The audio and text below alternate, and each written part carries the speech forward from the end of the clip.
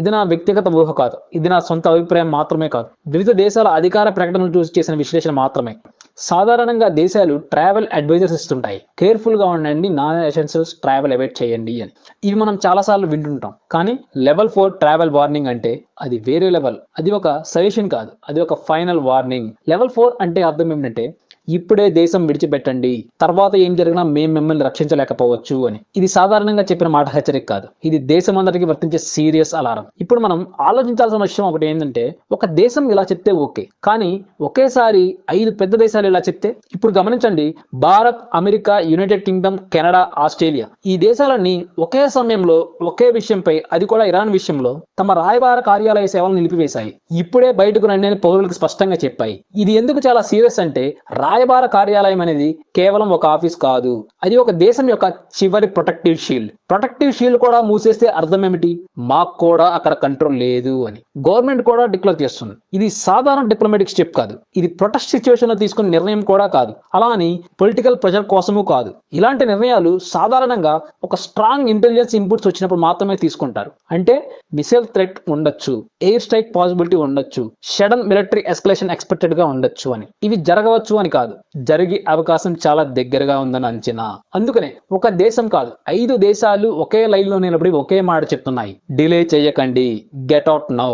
ఇక్కడ మనం గుర్తుంచుకోవాల్సిన విషయం ఒకటి, ప్రపంచ దేశాలు ఎప్పుడు పానిక్ క్రియేట్ చేయవు, కానీ ఈసారి పానిక్ క్రియేట్ అవ్వకుండా పానిక్ ప్రివెంట్ చేయడానికి ముందే వార్నింగ్ ఇచ్చాయి. ఇది ఇట్ సెల్ఫ్ ఒక డేంజర్ సిగ్నల్ అని. ఇరాన్ లో ప్రస్తుత పరిస్థితి ఇలా ఉంది, ఇంటర్నెట్ పూర్తిగా పనిచేయడం లేదు, మొబైల్స్ పనిచేయడం లేదు, అనేక ప్రాంతాల్లో కరెంట్ ఆగిపోయింది. ఇది కేవలం నిరసనను అణిచేందుకు అయితే ఇంటర్నెట్ మాత్రమే ఆపేవారు, కానీ విద్యుత్, కమ్యూనికేషన్, నెట్వర్క్లు అన్ని ఒకేసారి ఆపితే అర్థం ఏమిటి? ఇది సాధారణ బాల నిర్ణయం కాదు, ఇది సైనిక స్థాయి చర్యగా ముందే కనిపించే సంకేతం. ఆధునిక దేశాల్లో ఎయిర్ డిఫెన్స్ వ్యవస్థలు పవర్ గ్రిడ్ మీదే ఆధారపడి ఉంటాయి. పవర్ కట్ అంటే రక్షణ బలహీనంగా ఉంది అర్థం. ఇరాన్ లో ప్రస్తుత పరిస్థితి చాలా దారుణంగా ఉంది. అక్కడ ఉన్న ప్రజలందరూ రోడ్డు మీదకి వచ్చి గవర్నమెంట్ అగెనిస్ట్ గా ప్రొటెస్ట్ చేస్తున్నారు. ఇదే సమయంలో పాత యువరాజు రజా పహ్లావి అనే అతను ప్రజలకు ఇచ్చిన పిలుపు ఇలా ఉంది, బయటకు రండి, కదలండి, ఇదే మన చివరి సమరం అని. ఇది క్యాజువల్ పొలిటికల్ స్టేట్మెంట్ కాదు, ఇది ఒక సింబాలిక్ కాల్ టు యాక్షన్ అని అర్థం. ఇప్పుడు దేశ పరిస్థితిని లాజికల్ గా చూడాలి. ఇరాన్ లో ఇప్పటికే ఎకనామిక్ ప్రెషర్ వల్ల అక్కడ ఉన్న యువతంతా నిరుద్యోగంలో ఉండిపోయింది. రోజువారీ జీవితం చాలా కష్టంగా మారింది. కొన్ని దశాబ్దాల నుండి అక్కడ ఉన్న మహిళలపై ఉన్న ఆంక్షలకి అపోజ్ చేస్తూ పెద్ద ఉద్యమాలు చెలరేగాయి. చాలా రోజుల నుంచి అక్కడ రీసెంట్ ఇయర్స్ లో ప్రొటెస్టులు, లోకల్ కాన్ఫ్లిక్ట్స్ చాలా జరిగాయి. ఇవన్నీ కలిసినప్పుడు ప్రస్తుత ప్రభుత్వ పరిపాలన చాలా స్ట్రెస్ఫుల్ గా, అన్స్టేబుల్ గా, ఇంటర్నల్లీ ప్రెషర్ తో ఉంటుంది. ఇప్పటి వరకు పశ్చిమ ఆసియాలో చాలా ప్రభుత్వాలు డౌన్ఫాల్ అవ్వడానికి మెయిన్ రీజన్ ఫారెన్ అటాక్స్ ద్వారా కాదు, మిలిటరీ ఇన్విజన్స్ అసలు కాదు. అసలైన డౌన్ఫాల్ లోపలి అసంతృప్తి కారణంగా మాత్రమే. అంటే ఆ కారణాలు ఏంటంటే country internal tensions, political instability, public anger, youth frustration, ఇలాంటివన్నీ డౌన్ఫాల్ అవడానికి మెయిన్ రీజన్స్.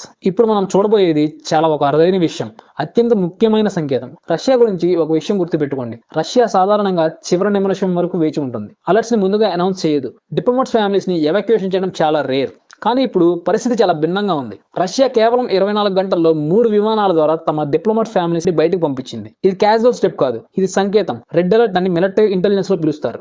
రష్యా తన దౌత్యవేత్తలను తొందరగా తరలిస్తే అది గట్టి నమ్మకమైన సైనిక మిసైల్ ముప్పుకు సంకేతం. సాధారణంగా రష్యా ఇలా చేయదు, సూక్ష్మంగా ఆలోచించి మాత్రమే చర్య తీసుకుంటుంది. ఇరాన్ రష్యాకి మిత్రదేశం. మిత్రదేశంపై కూడా ముందస్తుగా ఇలా చర్య తీసుకోవడం అంటే ప్రమాద స్థాయి చాలా ఎక్కువగా అని అర్థం చేసుకోవాలి. ఇప్పుడు మనం చాలా ముఖ్యమైన విషయం గురించి మాట్లాడబోతున్నాం. ఇది సీక్రెట్ ఇంటెలిజెన్స్ నుంచి వచ్చిన సమాచారం కాదు, ఓపెన్ సోర్స్ ఇంటెలిజెన్స్, OSINT ఆధారంగా బయటకు వచ్చిన సమాచారం. అంటే మీరు కూడా చూడగలిగే సోర్సెస్ అనమాట. శాటిలైట్ డేటా, ఫ్లైట్ ట్రాకింగ్ వెబ్సైట్లు, లాజిస్టిక్స్ మూవ్మెంట్ ఇలా ఎక్కువగా ఉంటాయి. ఇప్పుడు వివరంగా చూద్దాం. ఎయిర్ రీఫిల్లింగ్ ట్యాంకర్స్ ని విమానాలను ఆకాశంలోనే రీఫిల్ చేయడం కోసం ఉపయోగిస్తారు. అంటే దీన్ని చూస్తే అమెరికా సైనికులు ఏదో పెద్ద ఆపరేషన్ కోసం సిద్ధం అవుతున్నారని అనిపిస్తుంది. C-5, C-17 భారీ ట్రాన్స్పోర్ట్ విమానాలు. ఈ విమానాలు మోడర్న్ సూపర్ లార్జ్ డక్ లాంటివి. జాగ్రత్తగా చూడాలి, ఇవి అమెరికా అండ్ UK బేస్ నుంచి పశ్చిమ ఆసియా వైపు కదులుతున్నాయి. అంటే మిలిటరీ ఎక్సర్సైజ్ కంటే ఎయిర్ స్ట్రైక్స్ కోసం ప్రిపరేషన్ ఎక్కువగా ఉంటుంది. మొత్తం సైనిక కదలికలు సాధారణంగా లాజిస్టిక్స్ మూవ్మెంట్స్ కాదు, ఇది పెద్దదైన సైనిక సిద్ధత కోసం సంకేతం. OSINT ద్వారా గమనించగలిగేది ఇవన్నీ ప్లాన్ చేసి పెద్ద ఆపరేషన్ ముందు జరిగే వార్నింగ్ సైన్ లాంటివి. ఈ స్థాయి కదలికలు ఎయిర్ స్ట్రైక్స్ లేదా పెద్ద మిలిటరీ ఆపరేషన్ ముందు మాత్రమే జరుగుతాయి. అంటే ప్రపంచ వ్యాప్తంగా తయారీ, ట్రాన్స్పోర్ట్, లాజిస్టిక్స్ అన్ని ఇంటర్ కనెక్టెడ్ గా ఉన్నాయని అర్థం.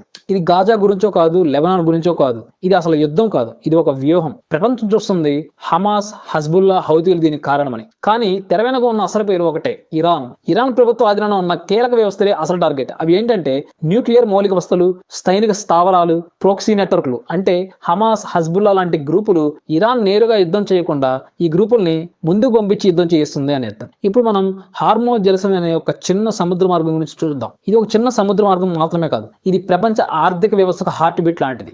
అదే హార్మోజ్ జలసంధి. ప్రపంచ చమురు సరఫరాలో దాదాపు 20% ఈ ఒక్క మార్గం గుండా ప్రయాణిస్తుంది. రోజు లక్షల బ్యారెల్స్ ఈ చమురు ఈ మార్గం ద్వారా ట్రాన్స్పోర్ట్ అవుతుంది. ఈ మార్గం ఆగితే ప్రపంచం కదలడం ఆగిపోతుంది. ఇప్పుడు ఊహించండి, ఒకవేళ ఇరాన్ ప్రభుత్వం ఈ జలసంధిని అడ్డుకుంటే పరిస్థితి ఎలా ఉంటుంది?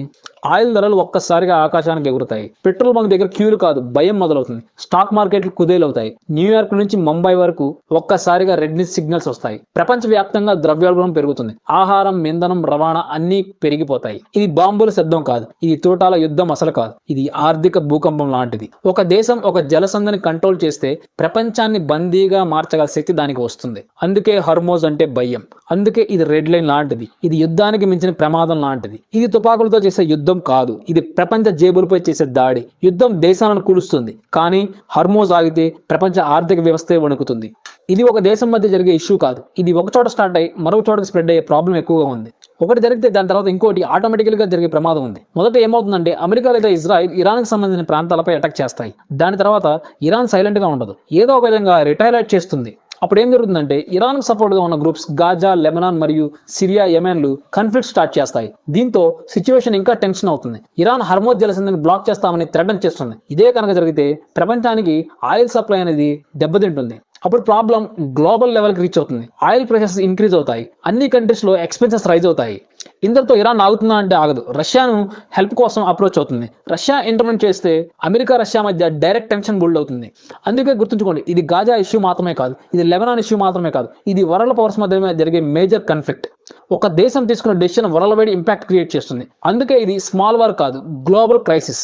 చివరిగా మరోసారి స్పష్టంగా చెప్తున్నా, ఇది ఖచ్చితంగా ఇలా జరుగుతుందని ప్రకటనే కాదు, ఇప్పటి వరకు బయట కనిపిస్తున్న వాస్తవాలను ఒక క్రమంలో అమర్చి చెప్పిన విశ్లేషణ మాత్రమే. పరిస్థితులు మారవచ్చు, కానీ నిర్ణయాలు మారవచ్చు. ఈ వీడియో మీకు నచ్చినట్లయితే లైక్ చేసి, షేర్ చేసి, సబ్స్క్రైబ్ చేయండి. Thanks for watching.